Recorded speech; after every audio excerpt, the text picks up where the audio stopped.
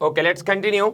Today we'll talk about the trade barriers. Continuing with the topic of the trade, हम आज बात करेंगे कि कौन कौन सी ऐसी चीज़ें हैं जो आपके ट्रेड को एक्चुअली लिमिट करती हैं, रोकती हैं, या एक तरीके से what we can say limit करती हैं. बिकॉज ट्रेड में you basically have exports and you basically have imports. Imports sometime as we have already seen कि वो आपका बैलेंस ऑफ पेमेंट नेगेटिव कर सकती हैं और कंट्री की इकोनॉमी को इन वन वे और दी अदर वो आपको नेगेटिव पहुंचा के इकोनॉमी को एक तरीके से कम कर रही है, या आपकी यू कैन से रिजर्व्स कम हो रहे.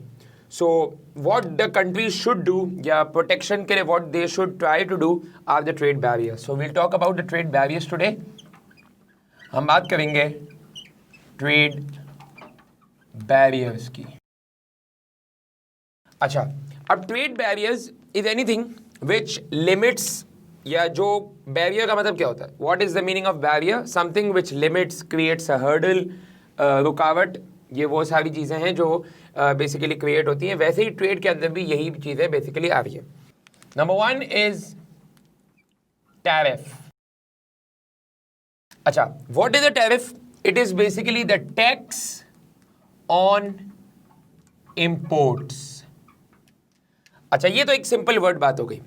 Example, custom duty, you can say port charges, you can say import tax, anything. तो ये सारी चीजें इसमें आ जाती हैं. कस्टम ड्यूटी भी कह सकता हूं, इंपोर्ट टैक्स भी कह सकता हूं. जब आप कोई चीज बाहर से मंगवा रहे, for example you are purchasing a car from abroad, Japan से you are basically importing the cars. So example, Japanese cars imported in Pakistan. Example है, this is just an example obviously. तो ये there is some custom duty to be paid. Government of Pakistan कहती है कि हम चाहते हैं कि आप लोकल चीजें ज्यादा यूज करें, but obviously we the population and we try to use the luxury items. It can be shampoos, it can be luxury items, it can be soaps, it can be perfumes, it can be electronics. ये कोई भी चीज पे imported हो उस पर ये लग सकता है और उसकी वैल्यू बढ़ा देता है. तो एक तरीके से ये एक ट्रेड बैरियर है. हम चाहते हैं कि इससे हमारे इंपोर्ट्स डिस्करेज हों. तो यहां मैं लिख रहा हूं उसका पर्पस, टू डिस्करेज. हम इसको लिमिट भी कह सकते हैं. सिमिलरली जब हम आते हैं सेकेंड पॉइंट पे, दूसरी तरह का जो ट्रेड बैरियर हो सकता है, उसमें हमारे पास बात आती है एम्बार्गो. ये वर्ड हमने शायद कम सुना हो, but embargo is a synonym for a ban. मतलब एक तरीके का बैन है. पार्शियल भी हो सकता है, it can be a completely ban. For example, some countries do not trade with some other country. For example, Pakistan does not trade with Israel, Pakistan does not trade with North Korea, for example, for some और what reason. कोई भी reason हो सकता है. ठीक है, हम अभी कोई और फैक्टर यहाँ नहीं ला रहे. We are not talking about any political reason और एनी सोशल रीजन और religious reason and all. But यहां बात करें ban on trade with a particular country. It can be complete और पार्शियल. मतलब या तो आप ये कह सकते हैं कि भाई हम ट्रेड करते ही नहीं है, that is a complete trade. ठीक है, या you can also say that we do not trade in these things, we trade in those things. ठीक है, तो वो पार्शियल ट्रेड हो गया. कुछ चीज़ों का ट्रेड करेंगे, कुछ चीज़ों का नहीं करेंगे, या 6 महीने करेंगे, 6 महीने नहीं करेंगे, some time frame, some products. So that can be a partial one. इससे भी आपके इंपोर्ट्स या आपके एक्सपोर्ट्स भी इससे एक तरीके से डिस्करेज या कम हो सकते हैं. But it depends from condition to condition, and we'll see कि किस कंडीशन में आपके इंपोर्ट्स आपको फायदा देंगे और एक्सपोर्ट्स आपको फायदा दे सकते हैं. अच्छा, अब आती है बात थर्ड ट्रेड बैरियर की, कोटाज. अच्छा, quota, for example what is the meaning of a quota? It is basically meaning the limit. जब आप कोई चीज़ की लिमिट लगा देते हैं, कोटा सिस्टम कहते हैं जिसे, limit on the quantity of trade. अच्छा, अब मैं यहां ये नहीं कह रहा कि हम इंपोर्ट की क्वांटिटी लिमिट कर दें, क्योंकि वो दूसरी कंट्री का एक्सपोर्ट होगा। सो वी आर जस्ट मतलब referring this to as limit on the quantity of trade. आपने ट्रेड पे क्वांटिटी लगा दी। एग्जांपल देता हूं मैं आपको। Example, USA imposed quota on Chinese goods in USA। सवाल ये आता है कि सर ऐसा होता क्यों है? ऐसा इसलिए होता है क्योंकि यूएसए की इकोनॉमी, एग्जाम्पल है, this is just an example, they want their local brands to prosper, they want their local market to flourish। तो हम चाहेंगे कि हमारी इकोनॉमी के अंदर बाकी चीज़ें, for example goods from abroad, goods from Japan, goods from China, they should not be, obviously they should be there, obviously there is some need, but ऐसा ना हो कि दे शुड बी डोमिनेट। तो हम एक लिमिट लगा सकते हैं। Iranian carpets are being on a quota in USA। ठीक है, आप ये एग्जाम्पल लिख सकते हैं। तो these are some of the examples which you have। तीनों से द पॉइंट इज, माइंड में ये आ रहा है कि सर इंपोर्ट को कम किया जा रहा है, कभी कभी एक्सपोर्ट को भी कम करना पड़ता है। I will give you the example when this conditions will be there. Are we clear on this? Tariff, embargo and quota. So this is the one of the clear picture of what the some of the very basic trade barriers could be। एक और भी 2-3 चीज़ें आएंगी, but आपके syllabus में these are the most prominent ones which are being used as a trade barrier। ठीक है, ये हम बात कर सकते हैं। अच्छा, नाउ मूविंग ऑन, एक कॉन्सेप्ट आता है एक्सचेंज रेट का। अब वो एक्सचेंज रेट के कॉन्सेप्ट को हम यहाँ पे आपके सामने थोड़ा सा डिफाइन करते हैं। Let me give you just an example of what exchange rate can obviously make what you can say an impact on। तो पहली बात तो ये है कि exchange rate है क्या? What is an exchange rate? Exchange rate is the price of one currency in terms of another। Example, $1 is equal to rupees 160, let's say। So एक करेंसी की, for example, if you are traveling abroad, you may buy the foreign currency for that particular country। So you are basically exchanging your currency in terms of getting those whatever the currency you are buying। ठीक है, आप अगर Malaysia जा रहे, you might be buying ringgit। If you are going to China, you might be buying the Chinese yuan। If you are going to Japan, you might be buying yen। If you are going to USA, obviously you will buy the dollar and pound and etc and all। ठीक है, तो ये आपके पास एक idea आ जाता है। Now the point is, this is very much basic, you all have somewhat the idea, but the point is हमें ये नहीं समझना, हमें इससे आगे जाना है। What is the exchange rate appreciation?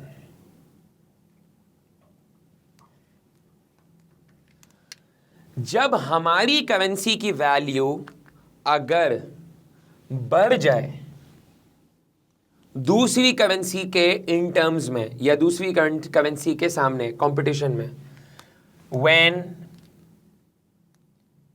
One currency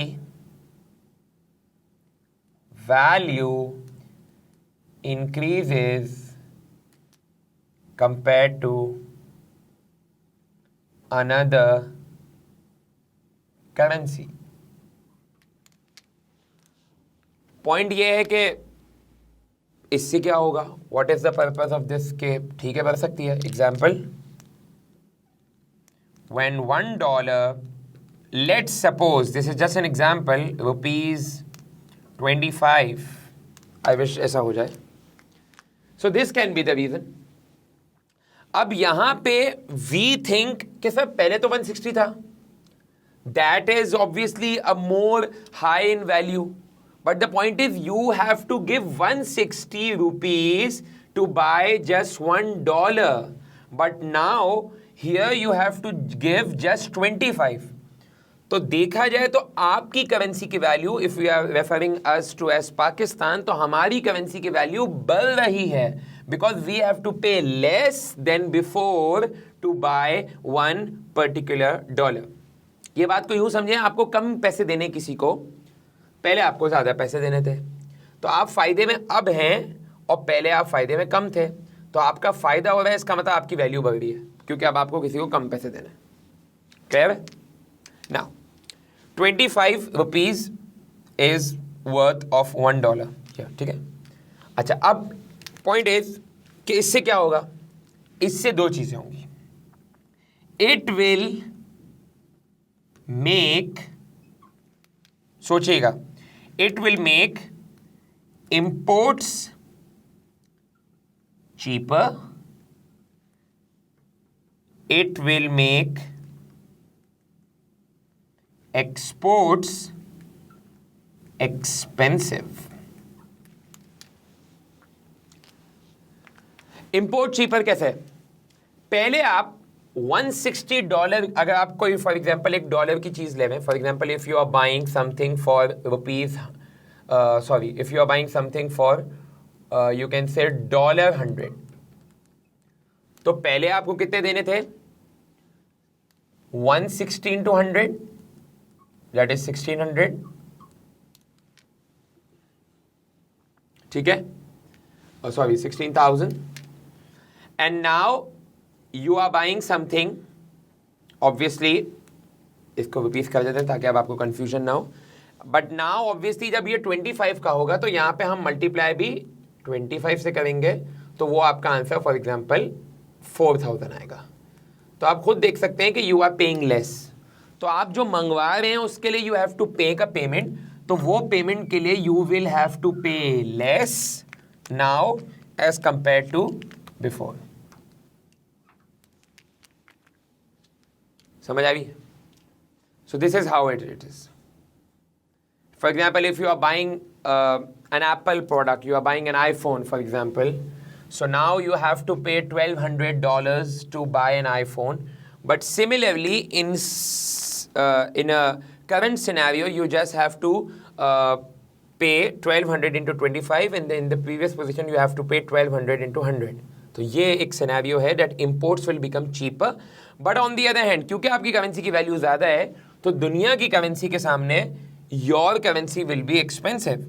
तो लोगों को आपकी चीज़ें भी एक्सपेंसिव लगेंगी, तो आपके एक्सपोर्ट्स एक्सपेंसिव होंगे, तो लोग कम बाय करेंगे. ठीक है. अच्छा, अब ये एक्सचेंज रेट एप्रिसिएशन किन कंट्रीज को करना चाहिए? जो इंपोर्ट पे डिपेंडेंट है.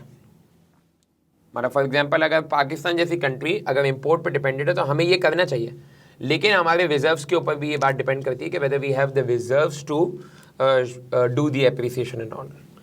इसी की बिल्कुल opposite situation is the point that we have to make for the, जो हमें बनाना है किसके लिए?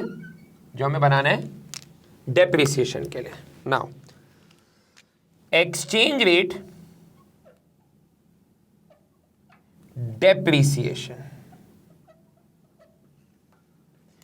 ये आ जाती है बात डेप्रिसिएशन की. नाउ द प्राइस, या यूं कह लूं सेम थिंग, यू कैन से when one currency depreciates in value compared to another currency. ठीक है. Example, you can say $1 was worth of 160 rupees. Now $1 is worth of rupees 250. मतलब हम और नीचे जा रहे हैं. नाउ वी हैव टू पे 250 रुपीज टू बाय जस्ट $1. सो ये और एक्सपेंसिव हो रहा है, मतलब हमें और पैसे देने पड़ रहे हैं. तो हम और नुकसान में जा रहे हैं, नुकसान में जाते हैं तो डेप्रिशिएट होते हैं, आपकी वैल्यू गिर रही है, आपकी मतलब करेंसी की वैल्यू। सो यहाँ पे अब उल्टा हो जाएगा, you can write it will make imports expensive and it will make exports cheaper। तो ये उस कंट्री को करना चाहिए जिसके एक्सपोर्ट ज्यादा हैं, ताकि वो, जैसे China for example have devalued their currency Chinese yuan because they are export oriented country, तो वो पूरी दुनिया में एक्सपोर्ट्स करते हैं। उनकी प्रोडक्ट्स, उनकी करेंसी की वैल्यू की कम होने की वजह से every country of the world, especially the UK, the USA, they feel कि उनकी Chinese goods are very much cheaper because Chinese currency is cheaper, so they have to pay in Chinese yuan which is cheaper, so they pay easily. तो ये उन countries के लिए benefit हो सकता है which basically have high amount of exports, और obviously imports में you will not be at a advantage, you will be at a very much disadvantage। जैसे अगर आपको वही product, for example if you are buying an iPhone for $1,200, now you have to pay $250 per dollar to buy the same particular product। तो आपको ज़्यादा rupees देने पड़ रहे हैं just to buy the same type of good that you have। I hope this is exchange rate, ये बात हमें क्लियर होती है। और इसके आइडिया को अगर हम अपने माइंड में पहले क्लियर बैठा लें, so we can use this information in the next part, जो हमें आइडिया देगा कि एक्सचेंज रेट, एप्रिसिएशन और डेप्रिसिएशन क्या इम्पैक्ट आ सकता है।